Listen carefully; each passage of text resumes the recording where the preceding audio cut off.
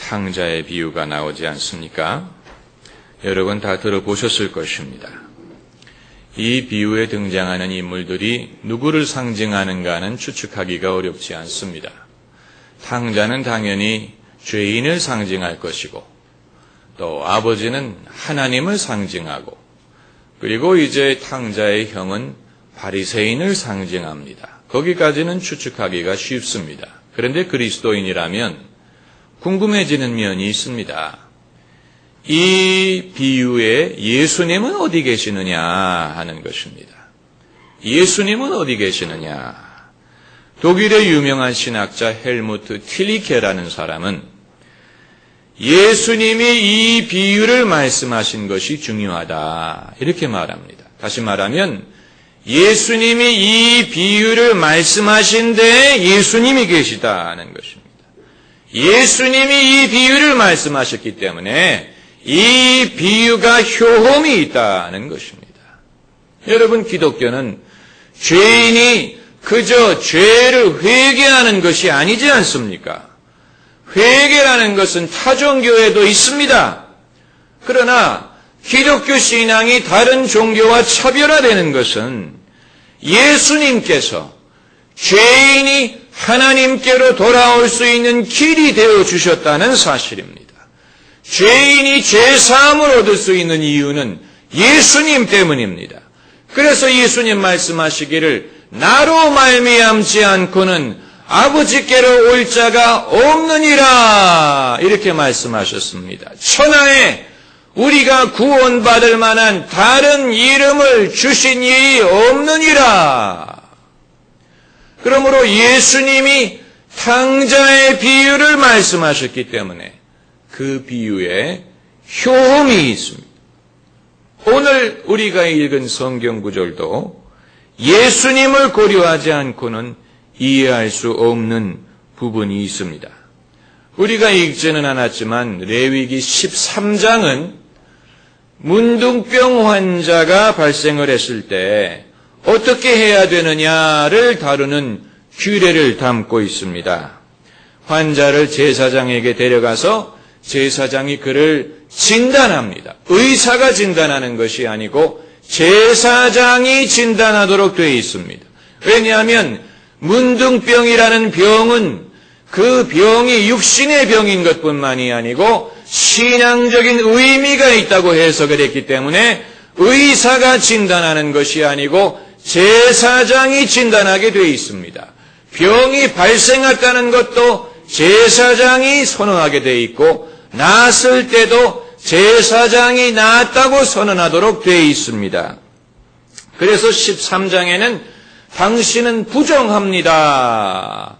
제사장이 이렇게 선언하게 되어 있고, 그리고 오늘 우리가 읽은 레위기 14장은 문둥병 환자가 나았을 때 그때 또한 어떻게 해야 되느냐를 다루고 있습니다. 오늘 본문의 2절 말씀을 보시면은 문둥 환자의 정결케 되는 날의 규례는 이러하니, 여기서 우리가 주목할 것은 제사장이 이 환자를 정결케 해주는 것이 아니고 이미 정결함을 받았음을 전제합니다. 그 이유는 설명하지 않습니다. 어떻게 이 사람이 나았는지는 말하지 않습니다. 그런데 어떤 이유든지 나음을 얻은 다음에 그를 데리고 제사장에게 데리고 가면은 오늘 본문 7절에 문둥병에서 정결함을 받을 자에게 7번 뿌려, 이건 뿌린다는 것은 새 피를 뿌린다는 것인데 이것은 이제 예수님의 피를 상징합니다. 피를 뿌려 정하다 하고, 이건 그냥 지나칠 수 있는 구절입니다마는 제사장이 자기의 입으로 한때 문둥병에 걸렸던 사람에게 당신은 이제 깨끗합니다 선포하라는 얘기입니다. 여기에서 우리는 아주 그리스도인들에게 주시는 귀한 말씀을 볼 수 있습니다. 여러분, 성경에서 문둥병이 상징하는 것은 죄입니다. 우리가 우리 죄의 모습을 눈으로 볼 수 없어서 그렇지, 만일 죄가 가시적인 모습으로 나타날 수만 있다면 얼마나 그것이 추한지 볼 수 있을 것입니다. 옛날에 이성복 목사님이라는 유명한 부흥사가 계셨습니다. 이분의 수기를 읽어보면은 그분이 부흥 집회를 할 때 엄청난 회개의 역사가 일어났다고 말합니다. 그리고 교인들이 자기들의 죄를 회개할 때 그 기도 소리를 들어보면은요, 너무 무서워서 들을 수가 없었다고 말합니다. 사람들이 그 지은 죄를 고백을 하는데 어떤 사람은 내가 아기를 낳아놓고 길에 버렸다 이렇게 고백하는 사람이 있고, 나는 누구를 몰래 죽였다 말하는 사람이 있고, 내 직장에서 몰래 돈을 훔쳤다라는 말이 있고, 뭐 별의별 죄, 상상할 수 없는 죄가 사람들의 입에서 쏟아져 나오더라는 것입니다. 여러분, 우리의 좋은 옷으로 우리의 벌거벗음을 감출 수 있고, 화장으로 얼굴의 원판을 가릴 수가 있고, 향수로 우리의 인간적인 냄새를 숨길 수 있지만 우리의 죄를 감출 수 있는 것은 아무것도 없습니다. 우리의 죄를 감출 수 있는 것은 학식으로도 안 되고 교양으로도 안 되고, 내가 선을 행한다고 해서 그것이 나의 죄를 없애주는 것은 아닙니다.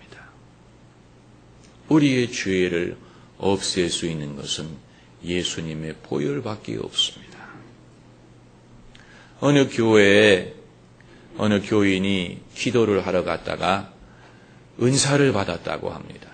예언을 하는 은사를 받았다고 합니다. 그래서 이제 숨겨져 있는 것을 볼 수가 있다.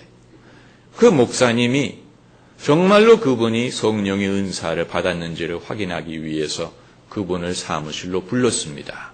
그리고 물어봤습니다. 집사님, 내가 옛날에 이런 어떤 죄를 졌는데 그게 뭔지 한번 좀 들여다보시오. 그랬더니 그 집사님이 한참 기도를 하다가, 목사님, 그 죄가 예수님의 피 아래 숨겨져 있어서 안 보입니다. 그러더라고요.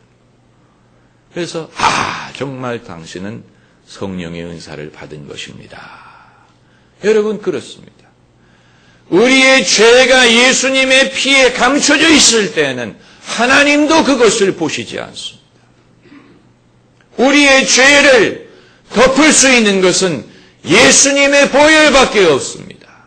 나를 정케하기는 예수의 피밖에 없네. 다시 정케하기도 예수의 피밖에 없네. 예수의 흘린 피, 날 정케하오니 귀하고 귀하다. 예수의 피밖에 없네. 우리가 예수님의 피를 그렇게 의지하고 찬미하는 이유가 바로 거기에 있는 것입니다.